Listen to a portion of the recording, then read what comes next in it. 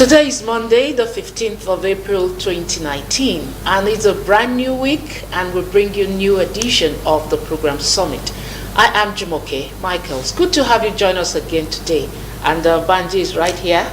Banji, how was your weekend? Great. Good morning. Good morning, Ademola. How was yours too? It was good. For me, the weekend was a very busy one. I was actually involved in a workshop, and the workshop was about capacity building in the areas of media. You see, for our business, for our profession, you cannot overemphasize the need to constantly update yourself, getting more knowledge, getting to know the way it's done now as against what the way it was done in the past. Do you know, if you say welcome, I will not answer you. The right way to is welcome. These are the things I learned. I know you've gone through it before. Oh, yes, I have. Judge. Many of these things, and at the workshop organized by MBA, National Broadcast Academy, they actually marked down several presenters, newscasters on the airwaves, saying that they were not doing it the right way. Yes. So for me, it was an opportunity to get to know the way it should be done. I may not have gotten it completely right, but it has moved me up, and I'm recommending it to all practitioners to go for an upgraded skills in presentation, production, and other areas of the media. Jumoke has welcomed you already. It's a fresh edition of the program, and I'm glad to be here. Jumoke, what's trending? Well, it's the issue of allegations that the presidential candidate of the People's Democratic Party, Atiku Abubakar, is not a bona fide Nigerian, you know, and then have you heard the counter? Bona fide. Bona fide. Yeah, it's not. It's the You see, that's another word that media practitioners are not getting right. It's not bona fide. It's a bona fide. Yeah. Yes, you're right. You know, so someone has learned something new. I've learned something. All right, you know. So do you know that there's also a counter allegation now that even President Buhari is not a Nigerian?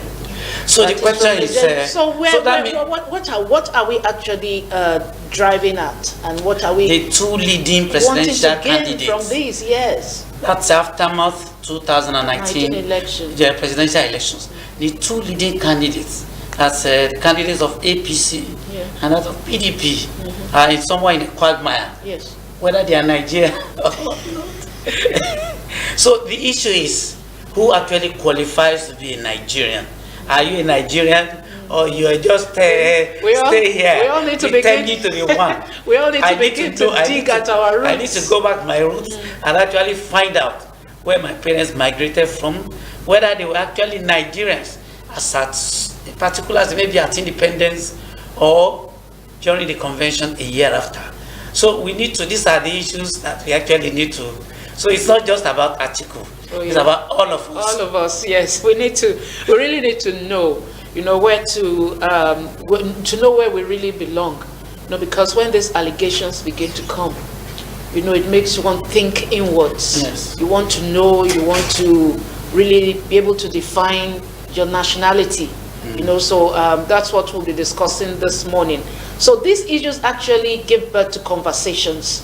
You know, it makes us talk about things, it makes us look back, and then measure it up with where we are today. Yeah, you're right. Have because, a good definition of what is really you're certainly on point. Yes, all right, in the sense that if Atiku had not contested to be number one citizen of this country, maybe some of these issues may not have come to the fore. Yeah. He has been vice president for 8 years. Yes. He's actually served. He served earlier. He had served in Nigerian customs. And these issues never came to the fore. So you and I may have thinking. Is it just a game, part of playing dirty, you know, want to smear someone and then bring them down, you know? So, or are there real issues that we really need to take home from this development?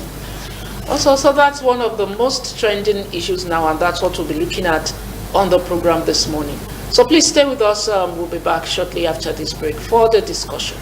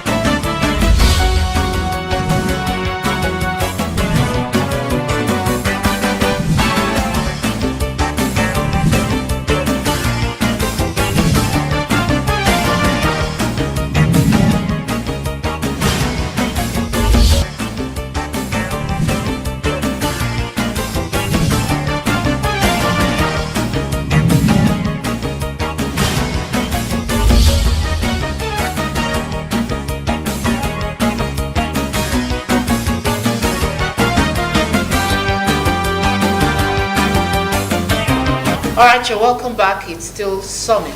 And today on the program, we'll be examining allegations against Atiku, like we've already chatted about it at the start of the program.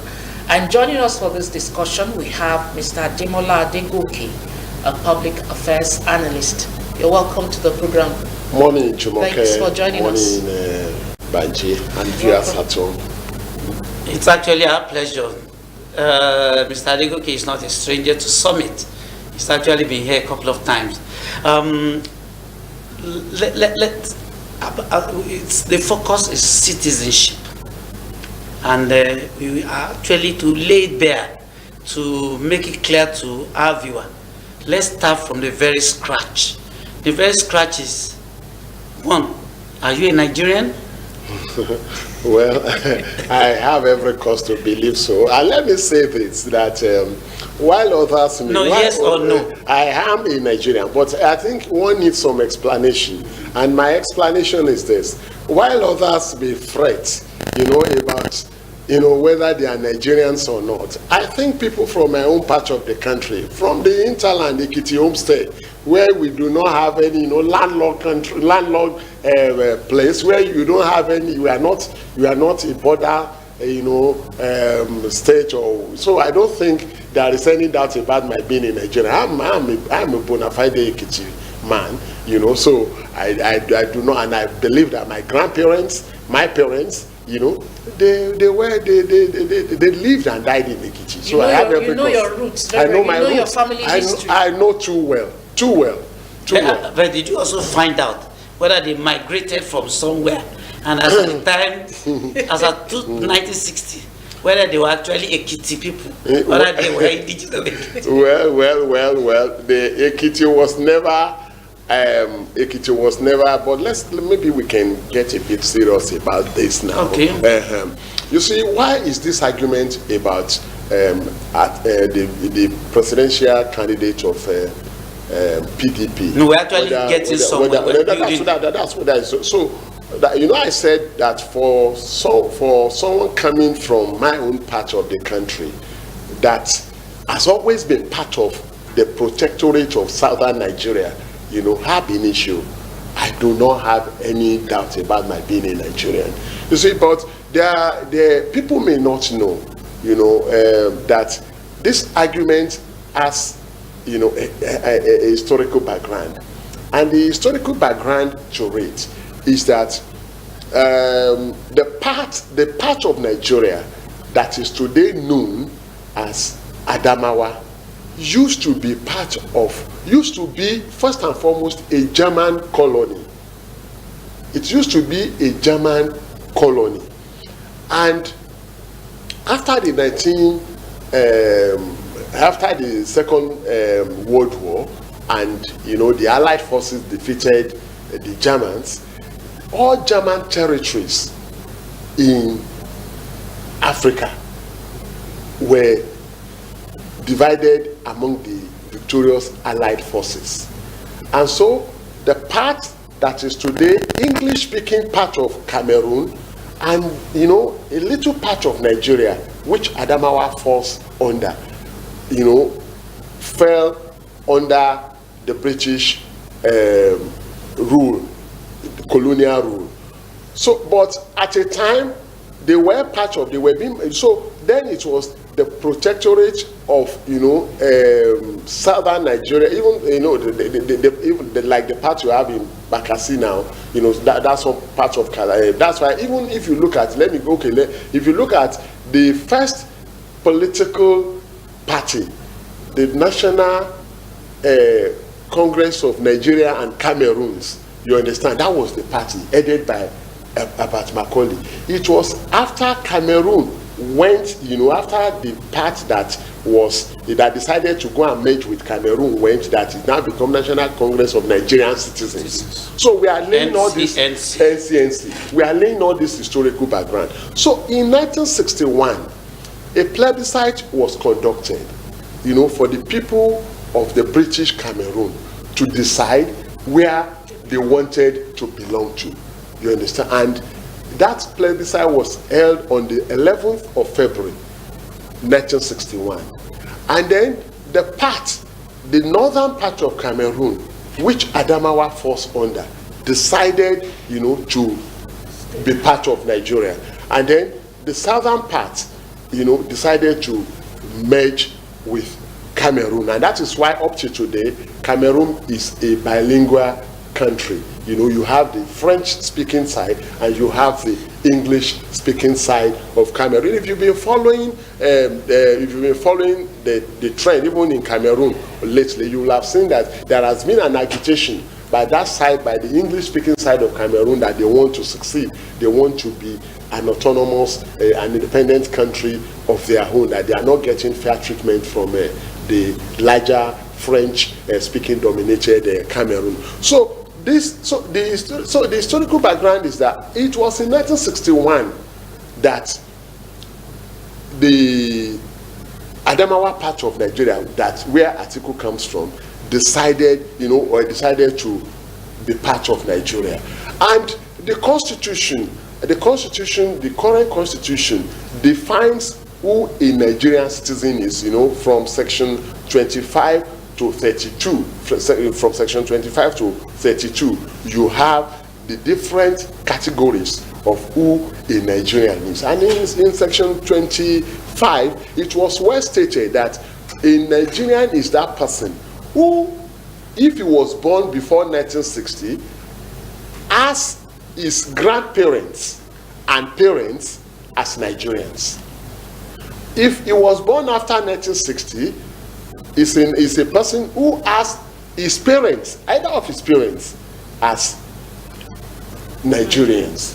So I think, for me, this whole argument, there are two sides to it for me.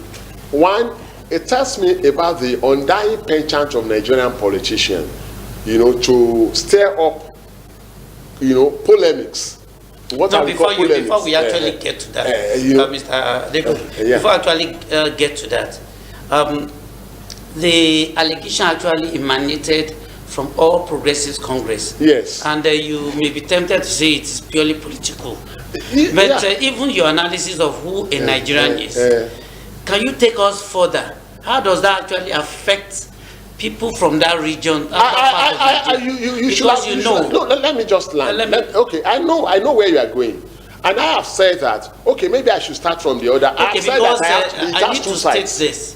Because the PDP presidential candidate has repeatedly told anybody that cares to listen that his grandparents actually migrated from Sokoto to the present Ademola. So if they actually migrated, how does that the allegation actually affect him?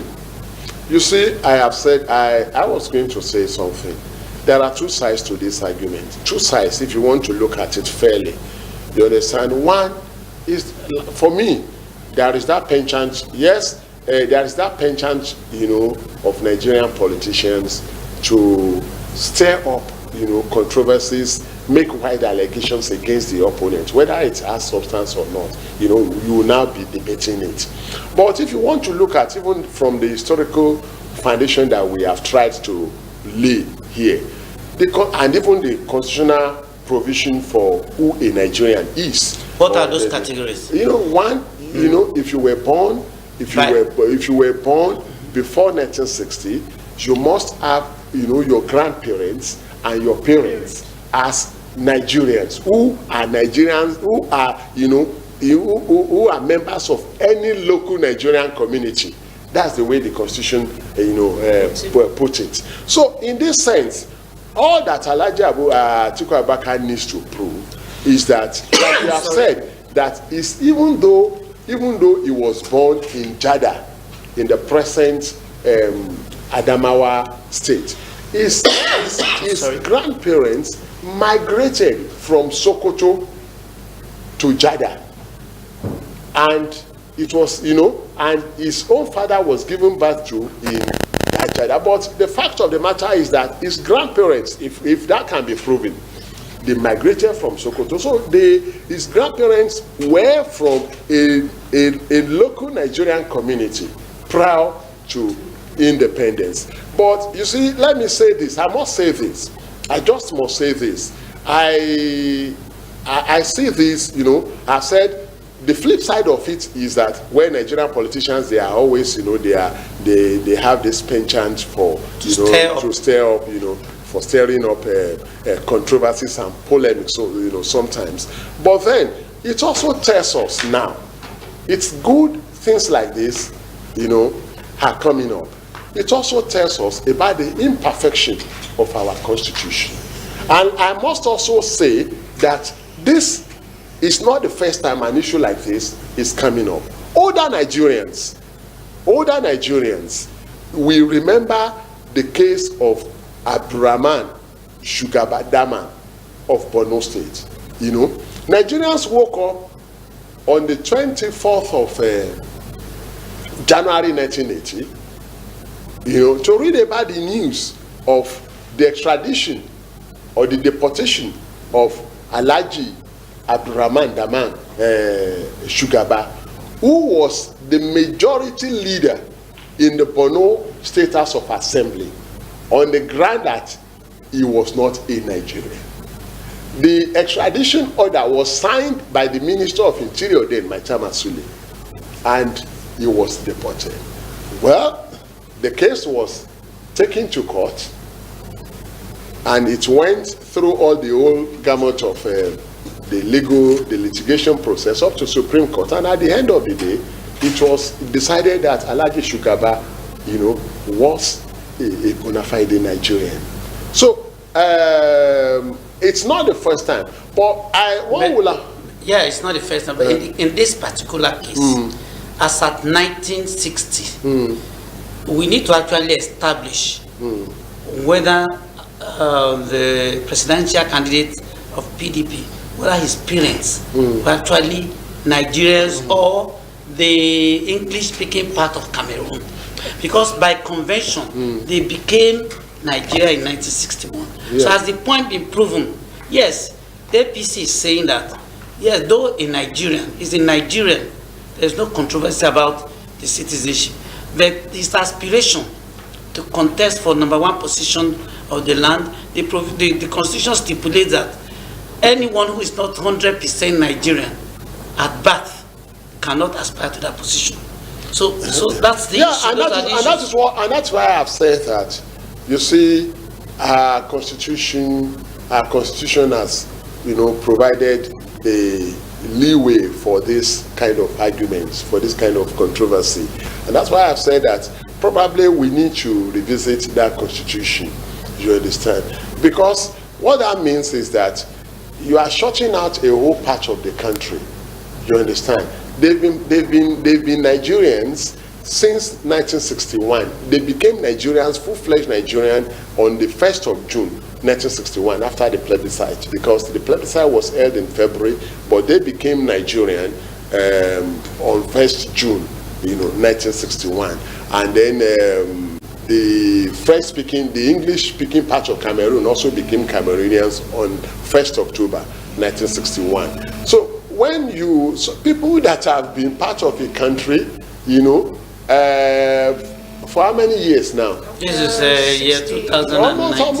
Almost 60 years, and you are now still saying that they cannot aspire to the highest office in the land. For me, I don't think it's. Talking fairness now. I'm not talking politics. I'm not a politician.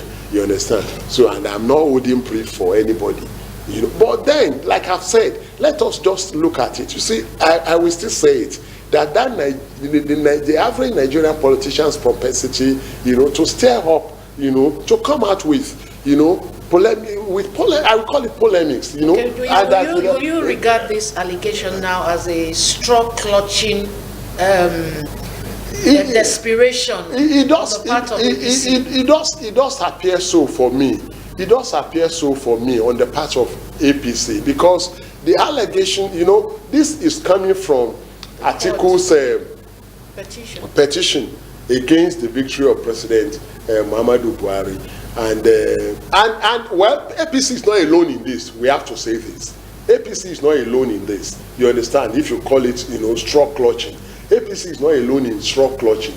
There have been cases of, even on the part of PDP, don't forget that even on the part of PDP too, one of the issues raised is the issue of Muhammadu Buhari's certificate. Even when WAEC has, confirmed that he actually started. So I'm still harping on that Nigerian politicians, inclination to be able to want to, stir up controversies, come up with arguments that the opponent will just have to be battling with. You understand? Because if you talk of, let's digress a little and look at the other side of, or let's look at PDP's argument too against Muhammadu Buhari. This is someone, the school has confirmed that he actually attended the school. They issued the certificate. They said no, the principal must have forged it. WAEC, also issued the original certificate, and they are still doubting. And this is someone that has even had higher educational qualifications than WAEC, and the argument is still on. So, but for me, I think that our politics can, we can do without, this type of, controversies. We can, but maybe in everything there is always a positive to extract from it, and the positive to extract from this, for me, is to say that, our constitution, may need some. Going back to Jumoke's earlier question, of a strong touching allegation. If someone has actually aspired and held a position of vice president for 8 years, and he has actually served in one of the biggest institutions, that's the Nigerian Customs, of over 20, 30 years, why would such a person's citizenship now become an issue? Because he's aspiring. What does he say about government? What does he say? Well, you see, for me, I will continue to say it, that what it says of our system is that, well, it then means that it is either, the system itself is not, because if all along, if you are, if all along is held office, whatever even qualifies a person, to serve as vice president, for me, should qualify him to serve as a president. As a president. Because in any case, God forbid, when he was serving, if the president had actually died in active service, he would have assumed he would have moved up. So if what APC is saying is actually, if it has any legal leg to stand, if it will have a legal leg to stand, you understand, it then means that we have a very defective system. You understand? We have a very defective system that allows, anything, that is, we can call it a kind of anything goes kind of system. If the court should decide, we don't know yet, but if the court should decide, it then means that in favor, it should decide that article, it's not in Nigeria. It's not, no, it's in Nigeria now. Okay, it's in Nigeria, but cannot aspire to the position of now. After he had served as vice president, because if anything untoward that happens to the president, to the serving president, then it will automatically have become the president. It then means that the person that will have served as our president then will not, will not have been qualified. Will not have been qualified. So his tenure will have been a nullity. Is that what we're saying? Again, along that line, of politicians having pensions. I'm not instituted, neither am I holding brief. But the same Atiku Abubakar was also a presidential aspirant in 2014 in the All Progressives Congress. Yeah. So would APC have actually disqualified him if he had won the primary? That is why, I sometimes for our politicians, apple becomes sour when it can't be reached. You get what I'm saying? Apple suddenly becomes sour when it can't be reached. And so even when you know the truth, you understand, even when our politicians know the truth, they just want to, like I've said, I will continue to happen that for me it's looking like one of the maybe inanities of our politics, that anybody can come up, like you have said, this same article was a presidential candidate, aspirant, aspirant, if he had won then, and if he had become their candidate, Would they? And let me tell you, even if you are now saying that it was an aspirant, he was a candidate of ACN, and ACN, ACN was one of the, major parties of APC. And so what are we saying? No, he wasn't a presidential candidate. He was a presidential candidate of... No Ribadu. No. It was actually no Ribadu that was the candidate of... Okay, was he not a presidential candidate of Accord? He was under, Action Congress. Under... No, it was no Ribadu. No, in 2003. In 2003, who was presidential candidate of Action Congress? Action Congress. No, as of 2003. 2000 ACN had not been born. 2007, sorry. 2007. ACN had not been born then. ACN, no, 2000, let's get it right. Nuhu Ribadu, okay, Nuhu Ribadu was the candidate of ACN. When, that was 2011. When Obasanjo was, okay, 2011. Okay, but 2007, who was the presidential candidate of Action Congress? I can't. It was Atiku. It was that same Atiku. Okay. It was Atiku. Okay. It was this same Atiku that was the presidential candidate of Action Congress. ACN is not the same as APC. But it was one of the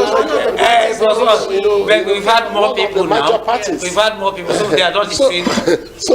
So I think for me, I just want to say that our politics, should be more of substance. But can Let's take a quick break, okay, so that we can return. We'll take a break now. We'll return for more discussion. Don't go away. Sorry, let me quickly collect the...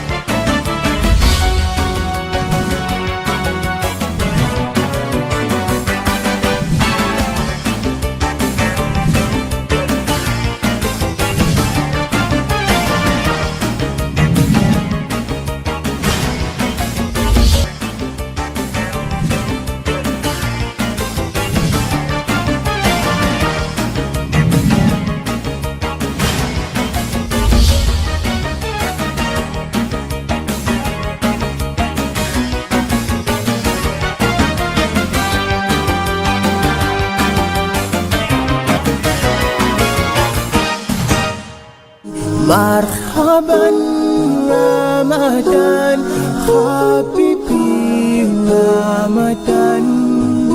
The days are here.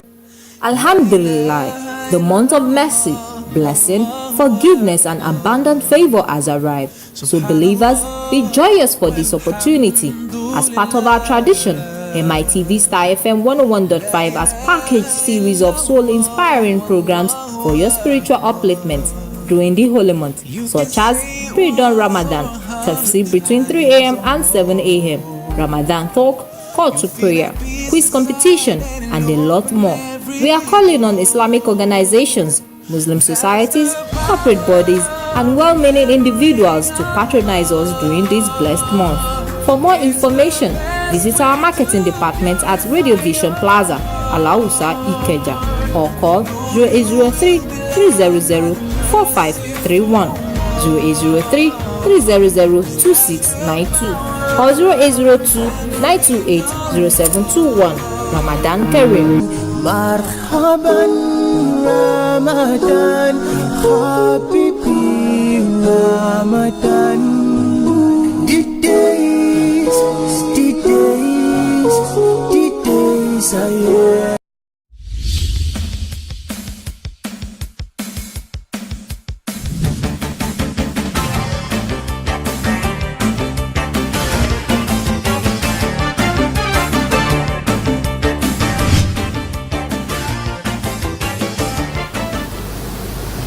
Right, welcome back, Mr. Ademola Adegoke, still here with us in the studio.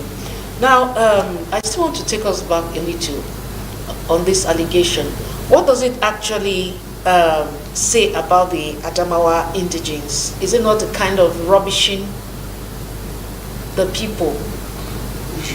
You know, I said it before now, that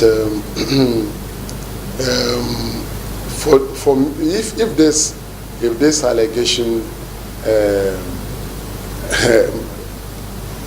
has any substance, it then means that, you know, the whole of that part of the country, because talking about fairness now, how fair will the system have been to those people? They've been, I said it before now, that these are people that have been Nigerians. Even if you want to argue that they were not Nigerians as at the date of independence, which the Constitution states as, you know, the date, you know, for, you know, people who were born before 1960 and all that. If you that's, you know, if you want to look at the provision of the Constitution. So, but then these are people that have been part of this country for the past almost 60 years now. And if you are not telling them that they cannot aspire to the highest office in the land, I don't know how fair the system will have been to them. And that is why I've said that it's one of the positive takeaways of this whole argument is that our Constitution, it's been said for 10 times that our Constitution needs to be revisited and rejigged. You understand? Along that line too,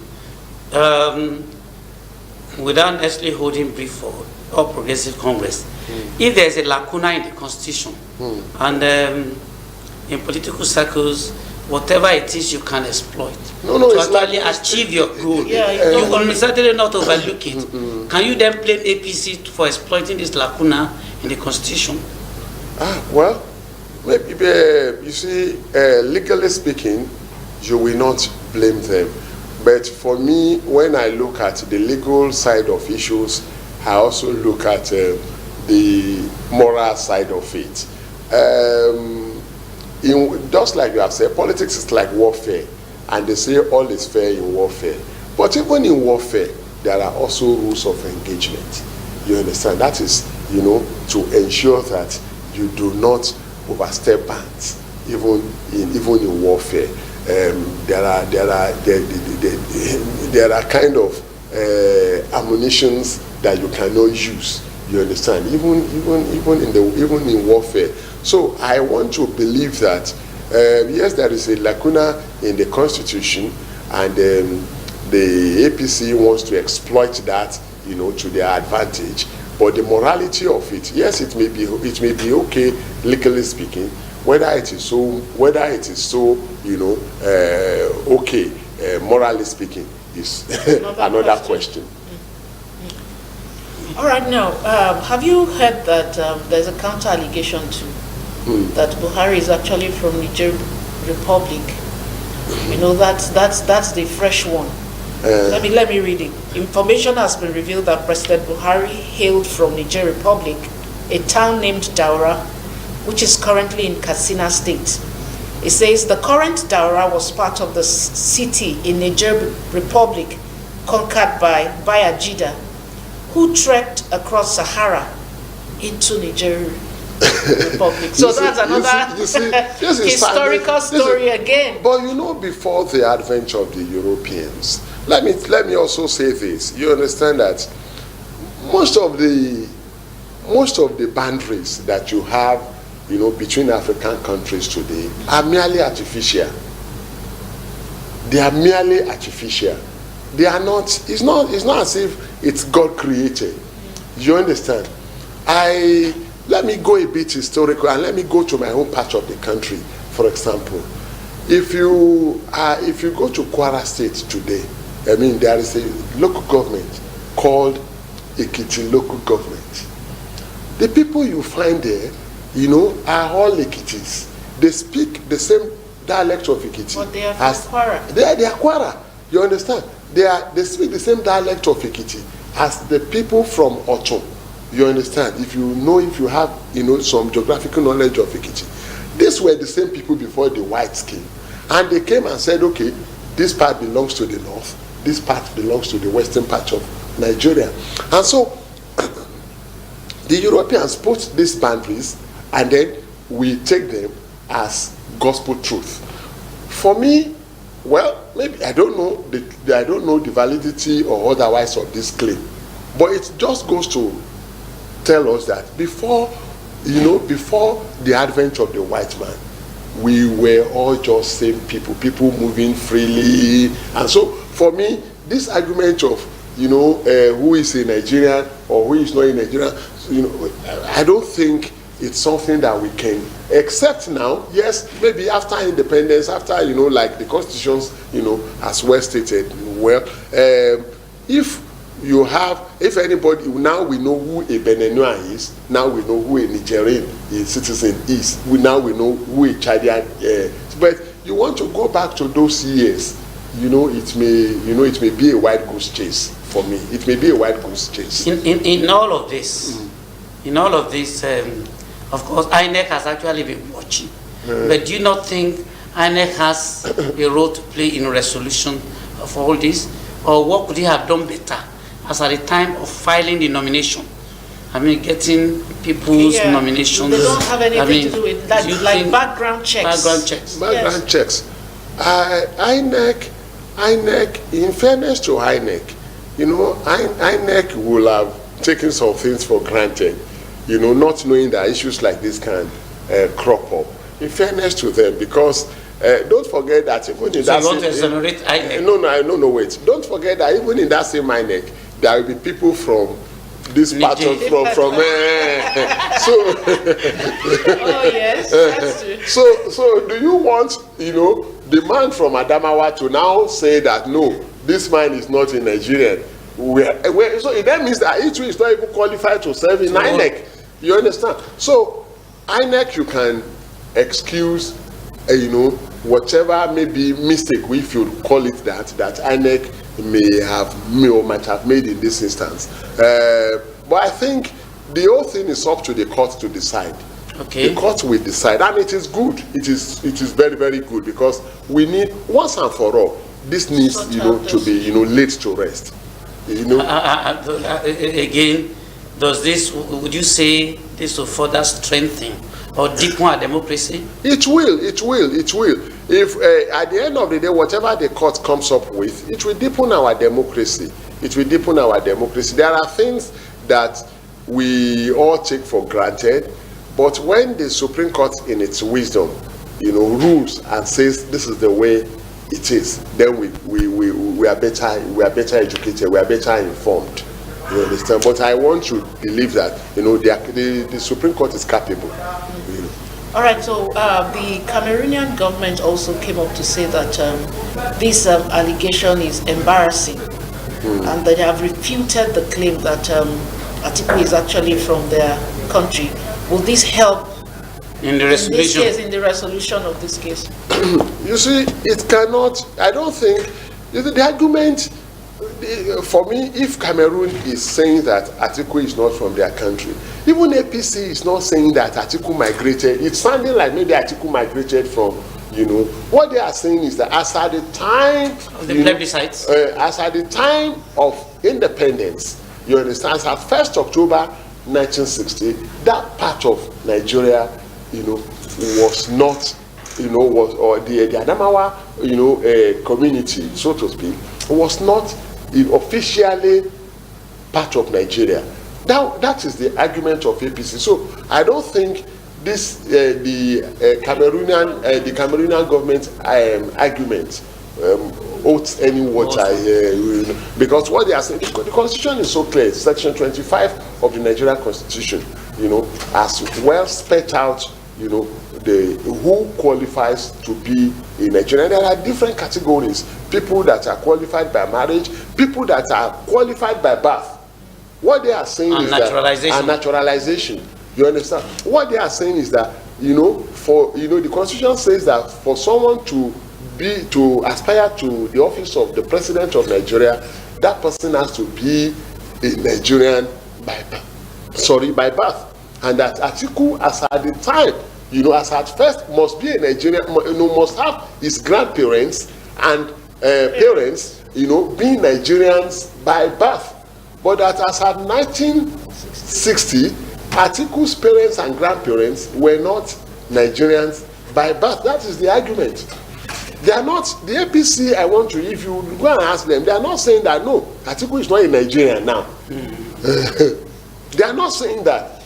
All right, so as long as this argument is ongoing, what it means that is the PDP petition at the election petition tribunal is laid to rest till this is sorted out. No, I don't think so, because there are other grants. You see, Atiku, they have responded to Atiku's petitions that Atiku is not a Nigerian, he's just one of the grants, of APC for asking the court to dismiss his petition for lacking in merit. There are, I think they have 5 other grants why they are asking the court to dismiss the Atiku's petition and PDP's petition for lacking in merit. I don't think so. The court will still look at those other, what they have done is that if this grant fails, this one will work. If this one, so I think that is what they have just done. The court will look at it, holistically, all the arguments, all the 5 grants of their response to Atiku's petition. So how long do you suspect that this ding dong would actually, how long would it go? Well, that is left to the court. We cannot decide, it's the Supreme Court, I think it starts first at the appeal court level. It's the court. Well, it will first be decided at the appeal court. Then, if definitely, I know that either whichever way it goes, there will be appeal, and it will go to Supreme Court. But I think the courts have brought some speed into their determination of cases, especially election petitions. They have brought some speed into their determination of election petitions, and I want to believe that maybe within the next 3 months or so, we may have this whole argument laid to rest. You allow me to quickly take this before we allow. There's this press release from the spokesperson of the governor-elect Ogun State. That's Prince Dr. Dapo Abiodun. It says Dapo Abiodun announces Economic Transition Committee. The Ogun State governor-elect Prince Dapo Abiodun has announced the Economic Transition Committee that will further articulate his campaign manifesto, ensure robust engagement with stakeholders, and develop a roadmap to guide its implementation. The release was actually made available by Honorable Remi Azan, the spokesperson. The chairman of the Economic Transition team is former deputy governor of CBN, that's Mr. Tunde Lemon, and other members are Mr. Dapo Okubadejo, who is the secretary, His Excellency Senator Benga Kaka, Her Excellency Alaja Salmot Badru, Mr. Foluso Phillips, Professor Kanyi Ajayi, SAN, Mr. Kunle Lebute, and so on and so forth. We have 23, and they're saying that to ensure an effective and efficient discharge of his assignment, the Economic Transition Committee will be assisted by work groups, each of which will focus on its assigned thematic areas such as education, youth and sports, health, social services, government processes, agriculture, and others. So that's the release, and we just want to wish the Economic Transition Committee the very best. It's a real job because it will lay the foundation for the effective governance of the incoming administration. All right, thank you so much, Mr. Ademola Adegoke, for being a part of our program today. And thank you all for watching. We'll see you again on Wednesday. Have a good day. Yeah, my name is Banji Busari. Until the next episode, that's on Wednesday, I want to charge you to go and find out, dig into your background to actually know your status. I mean, as far as citizenship is concerned, are you a true Nigerian? So that before you aspire to the post of president, you know whether you'll be disqualified somewhere along the line or not. I am a Nigerian. There's no doubt about it. Thank you very much, sir. Thank you.